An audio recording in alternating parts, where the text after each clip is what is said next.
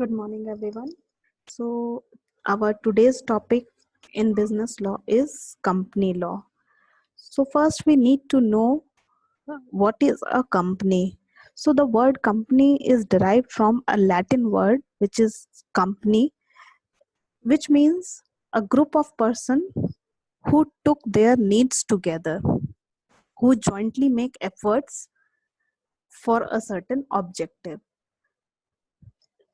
The Company Act is incorporated in 1956, although it is revised and amended, and new Company Act came in 2013 to liberalize the policies under which we can government can promote companies to establish and incorporate it.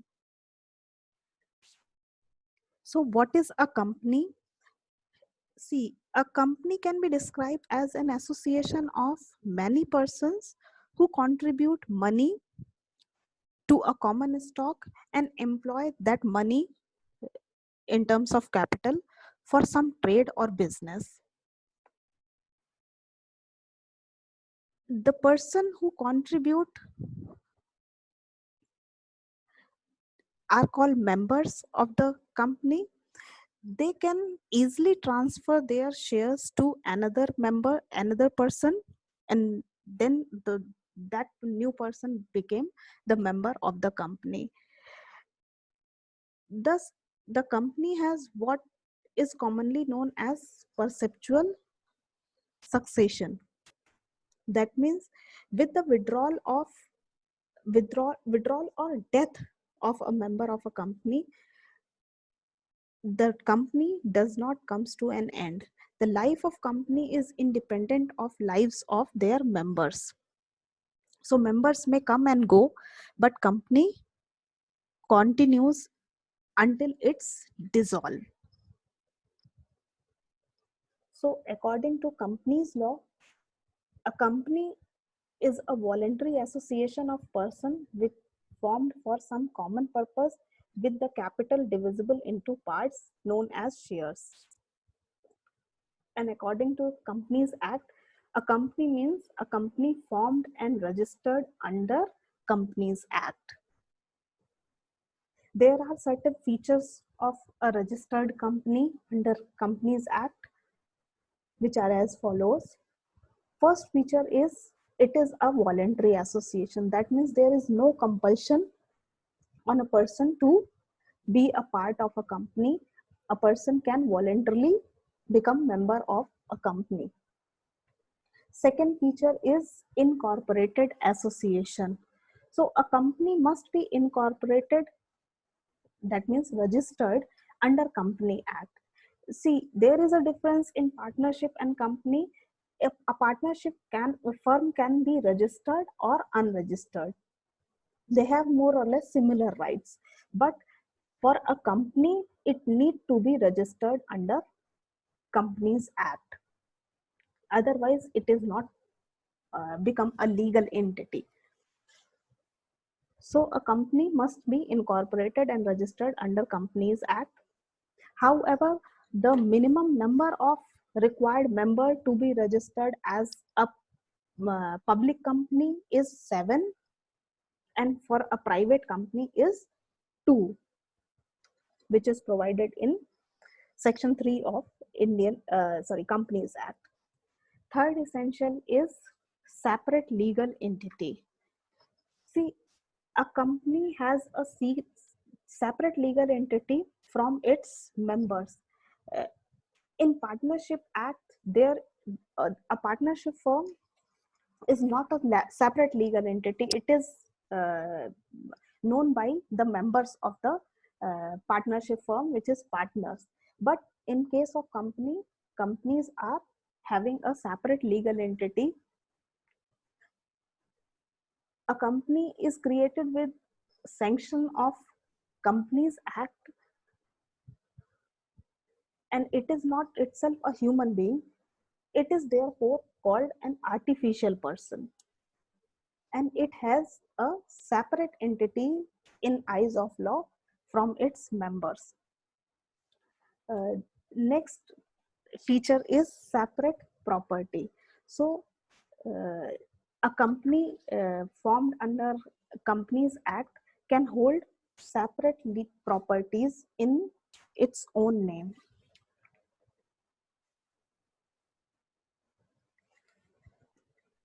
Next feature is legal restrictions. In a Company Act, there are certain rules and regulations about the working of company, about the winding up of company, and uh, there are certain documentations to be done to ROC, Registrar of Companies. So all the rules and regulations need to be followed by the companies registered under Companies Act to avail all the benefits which is provided to a company. Next feature is perpetual succession.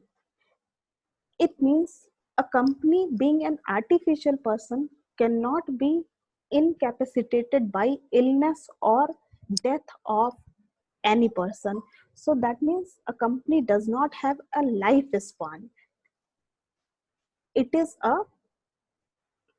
ongoing entity. It can only be come to an end with the winding up of company. So the death, insolvency, or retirement of its member does not affect the legal entity of the company. Next feature is common seal.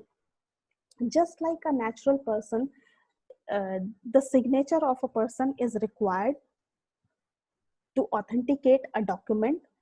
Similarly, a common seal is required to authenticate any document which is comes from a company. So company as an artificial person cannot sign a contract in its own name. For that matter, the common seal comes into existence. So the common seal work through the agency of the company, and it is official signature of a company. Next feature is a company can sue and can be sued. That means a company, being a separate legal entity, can sue any third party in its own name, and any third person can sue a company in its own name. It is another difference from partnership act, because a partner, if a partnership firm is unregistered, it cannot sue any person or the partners of the firm. So this is a difference between a company and a partnership firm also. Then another feature of a registered company is limited liability. So the company, being a separate legal person, its members are not as such liable for its debts. Hence, in the case of a company limited by shares, the liability of members is limited, the nominal value of share held by him.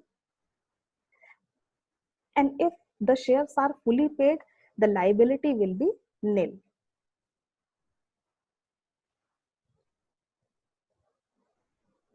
The members of the company are not personally liable for the debts of a company. Next feature is transferability of shares. Although in private companies there is a restriction of transferability of shares, but in public limited companies the members can freely transfer their share and hence the ownership also. Next feature is ownership and management. So for a company, the ownership of a company and the management of company can be two separate things, because the owners of the company are called members, and the management of the company is called directors and board of directors. So it is possible that these two, ownership and management, can be separate for a company's sake. So these are the features of a company. Now we come to the point where we will discuss types of companies. So there are four bases of classification of company. First is on the basis of incorporation. So on the basis of incorporations, there are three kind of company. First is known as charter company. So uh, first we should know that in India there is no charter company as such. But what is charter company? It is a company which is incorporated by charter grant by monarchy. That means a king or queen or a royal charter may grant such kind of companies, just like East India Company, Bank of England. These are the examples of charter company. Second kind of company is known as statutory company. Statutory company is created by a special act passed in legislation or parliament. So just like RBI, railways, LICs are statutory companies. Then third kind of company, and on the basis of incorporation, is registered company, which is a company formed and registered under Companies Act, is called registered company. Now on the basis of liability of members, the registered company has two kind of liabilities. First, limited company by shares. That means this is the company whose liability is limited by shares. So what is a company limited by shares? It is a registered company having the liability of its member limited by its memorandum of association to the amount unpaid on shares respectively held by them, and the amount remaining unpaid on the shares can be called up anytime during the lifetime of the company or at the time of winding up of a company. So such kind of registered companies are called uh, companies limited by shares. And second kind of company is company limited by guarantee. So the liability of a member in guarantee company is limited by stipulated sum mentioned in memorandum, and the guarantee amount can be called up by the company from its members at the time of winding up only. And third kind of company incorporated in according to liability of members is unlimited company. That means this is the company where the liability of members are unlimited. That means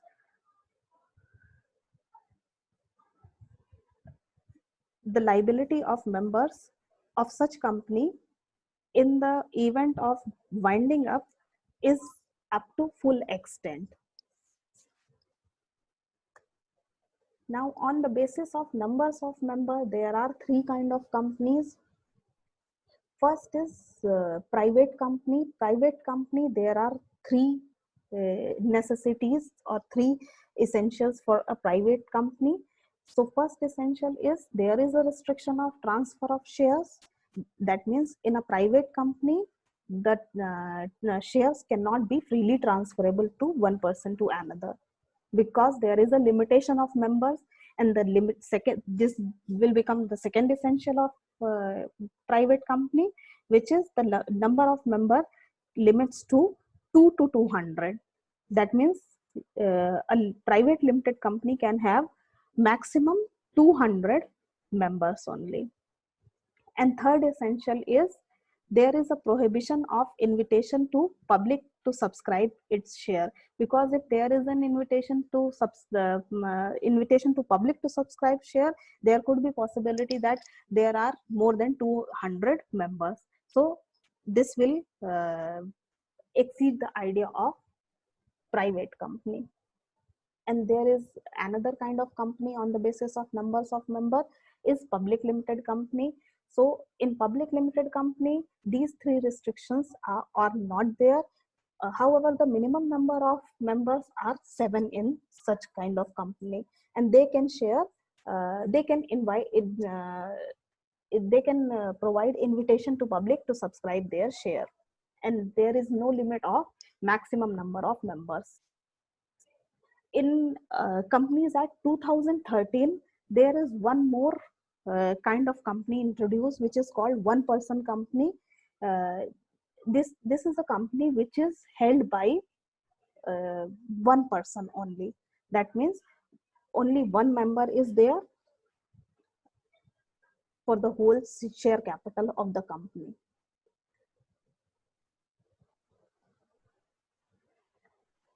Now, on the basis of ownership, there are three kind of company.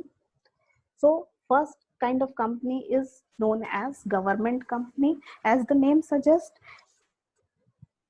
if government, whether it is central government, state government, or jointly central or state government, or jointly by two state government, if government hold 51% or more paid up capital of any company, then the company is known as government owned company or government company.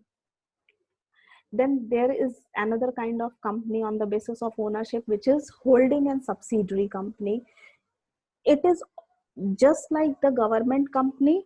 That means if any other company which is non-government, any other company holding more than 50% shares of any other company, so the previous company become holding company, and the company of which the more than 50% share is held by another company is called subsidiary company. So holding company become controller of subsidiary company, and the control is in terms of capital, composition of board of directors, and all the important decision making. Third kind of company on the basis of ownership is called foreign company. Foreign company is the company which is incorporated outside the India but having place of business inside the India is known as foreign company. So these are the kind of company on the basis of incorporation, liability of members, number of ownership, number of members, and ownership. So this is all about the introduction of companies law. I hope this clarifies your doubts in companies law. Thank you so much.